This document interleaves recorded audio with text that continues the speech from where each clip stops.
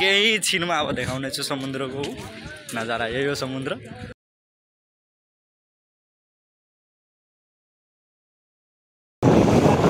Highlight. अहिले हामी मार्केटमा आएको थियो केही खानाकुरा लिनका लागि, केही खानेकुराहरू।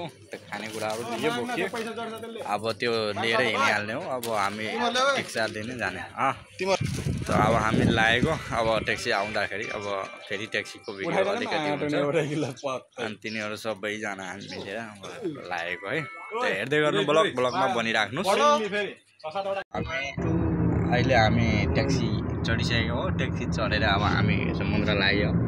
हाम्रो 3 जना हो अनि 2 जना यहाँ अगाडि छन्, एकजना उता छन्, एउटा ड्राइभर। अनि हामी सरासरी गइरहेछौँ अहिले हैन दाइ। अब फुल भिडियो आउनेछ यो ब्लगमा, बनिराख्नु होला।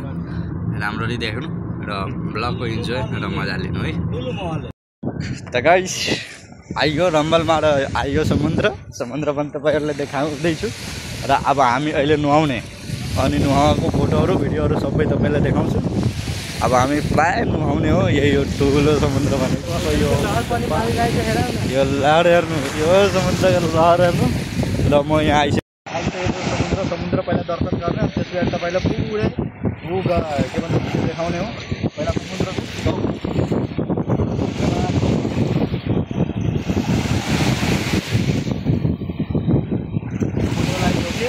गरेर अब तपाईँहरू हेरिहाल्नुभयो यो समुद्र र समुद्रको भिडियो र ब्लग कस्तो छ त्यो पनि हेर्नु। थुप्रैजना छौँ। आज ईदको दिन यो भिडियो सुटिङ गरिरहेको छु। सन्डे, त्यो पनि सन्डे हो। तर कुन ठाउँमा हो भनेपछि तपाईँलाई पनि थाहा होला। र यो ठाउँमा कुन मान्छे आजको डेटमा कुन मान्छे आउनु भएछ एकचोटि कमेन्ट गरिदिनु। अमल कुइन भन्ने ठाउँमा छु र अमल कुइनमा सन्डे ईदको दिन कसले घुम्न आउनु भएछ त्यो पनि भन्नु है त। यहाँ थुप्रै मान्छे छन्। अहिले नुहाउने, नुहाएर तपाईँलाई देखाउँछु सबैजनाको ब्लगिङ। यो समुद्र भन्ने है, यही नजारा र समुद्रको नजारा यही हो। तपाईँ हेर्दै गर्नु, यहाँ म्युजिक सहित बज्छ। यहाँ हाम्रो सरहरू हुनुहुन्छ। यहाँ ऊ परसम्म छ। अब नुहाउने र नुहाएको सिन पनि अब अपडेट हुन्छ। यहाँ साथीहरू यहाँ छन्।